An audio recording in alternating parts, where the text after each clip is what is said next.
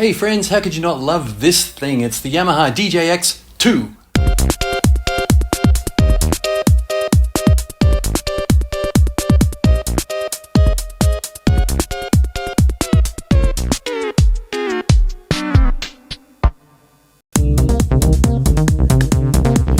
The DJX2 is not primarily a keyboard that you play. It's only got about 200 sounds on it. It's more about mixing and matching styles.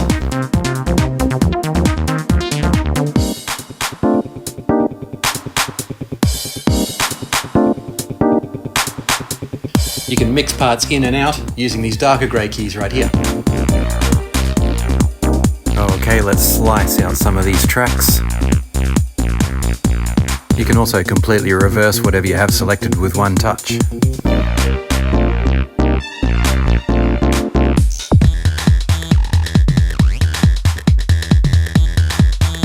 The next light grey section selects the part of the mix that is going to apply to your cutoff and resonance effects. And then finally, we've got the key shifter section, which simply changes the note that your style is playing on.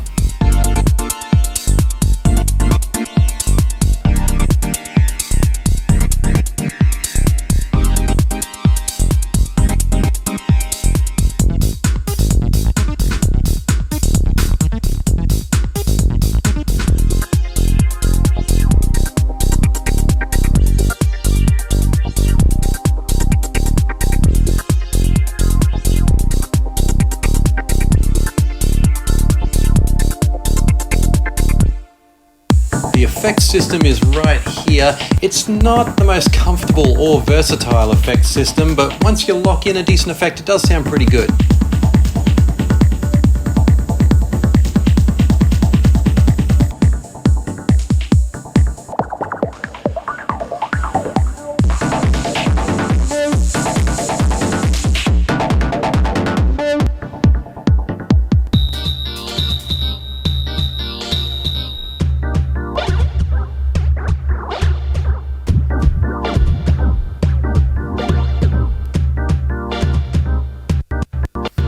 I find the slicer particularly interesting and very hard to control. There are several patterns and divisions available, but as you can hear, it's very clicky.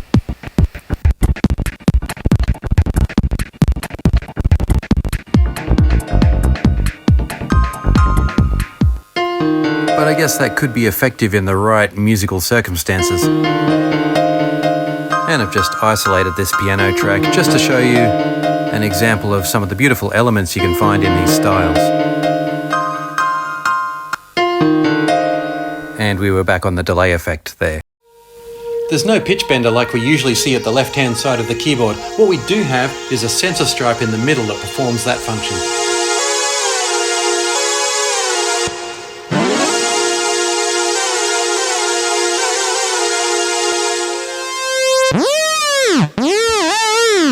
So you've got some good tools to work with here, and they're presented in unusual ways. Try to combine them.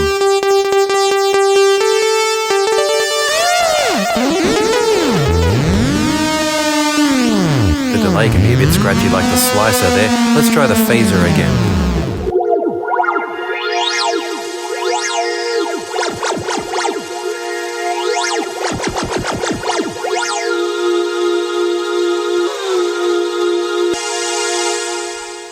So that's a lot smoother. Let's see what we can do with some of the other sounds.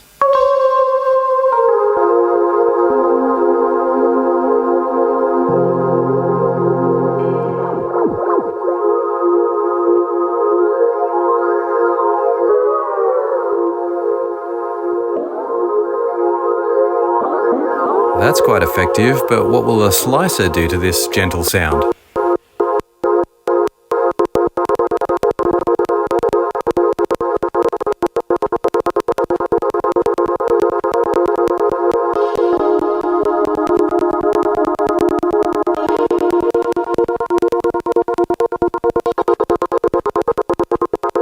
As before, that clicking does render it pretty much useless. Yeah, the jury's out on that one. I'm just not sure what to do with it. Just for the sake of demonstration, here's a few other pad sounds from the general MIDI set. You will have heard these lots of times before. Useful though.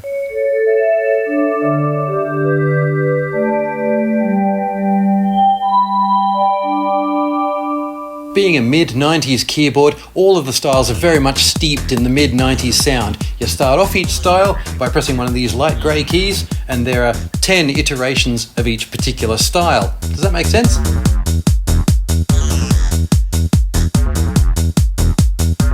Sorry, I'm just getting these tracks and filters right where I want them.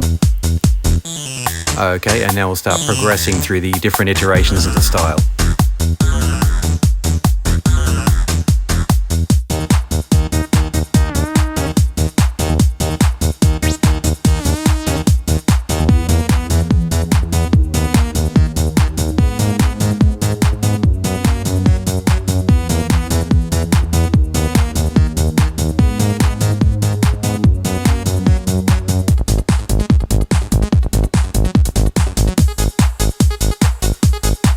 Distortion would definitely be my favourite effect on the DJX2.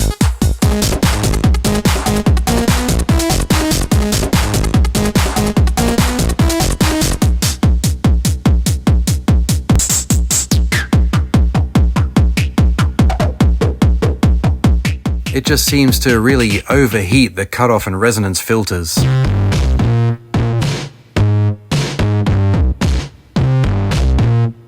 I'll just slow this right down so you can really get a feel for what I'm talking about.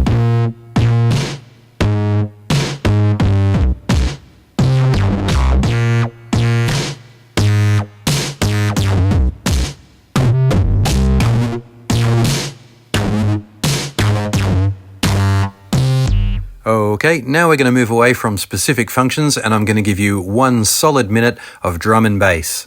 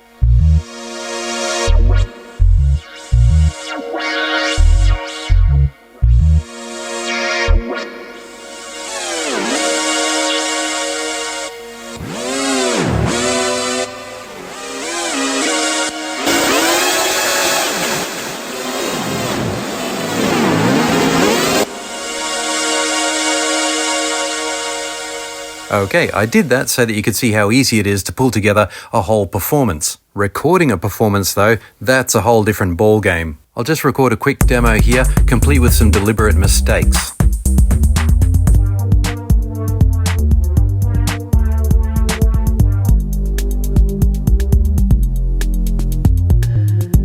You may have noticed that your timing has to be perfect when you change between elements within a style. This is unfortunate. It would have been nice if it was automatically quantized.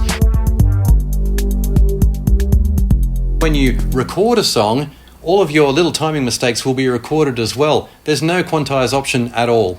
What is interesting though when you have a song recorded is that you can go ahead and add effects.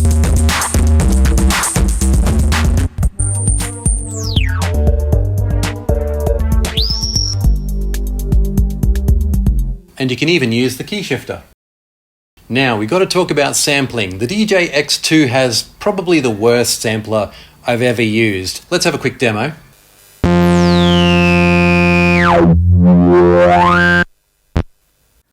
The sample has come out really low and kind of fractured and split up for no reason. Having seen all that, I think you'd agree that the only effective way to use these sample pads would be to put short little one-shot samples in each of them. Could be useful. Let's move on to the Activator section. This is a bit like the styles, but it works more like a rompler in that it has lots and lots of preset samples that you can mix and match any way you like. I'll just make that tempo a bit more sensible. The quantization is much better in this feature.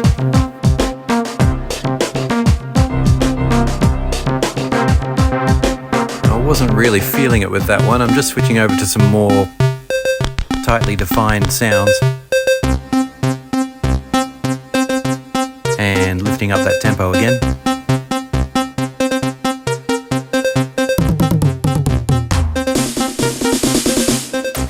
By the way, all of the Activator styles can be made while a regular style is playing, but in this part of the demo I'm just using the Activator sounds on their own because they're a whole lot of fun.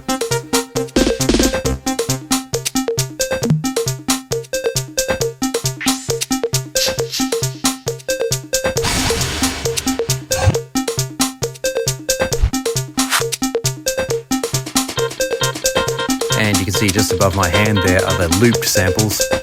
I'll just take them out one by one. And done. Down here there's an Isolator section, which is basically a really strong EQ. It's not something that I've found particularly useful, but it does complement the filters quite nicely. I have found that the DJX2 is a keyboard that really wants you to stretch your imagination. You can just play it like a normal keyboard if you want to, but these styles, I find that taking the little elements, using the effects in creative ways, using the sensor stripe in creative ways, can really open up a world of sounds, but you have to think.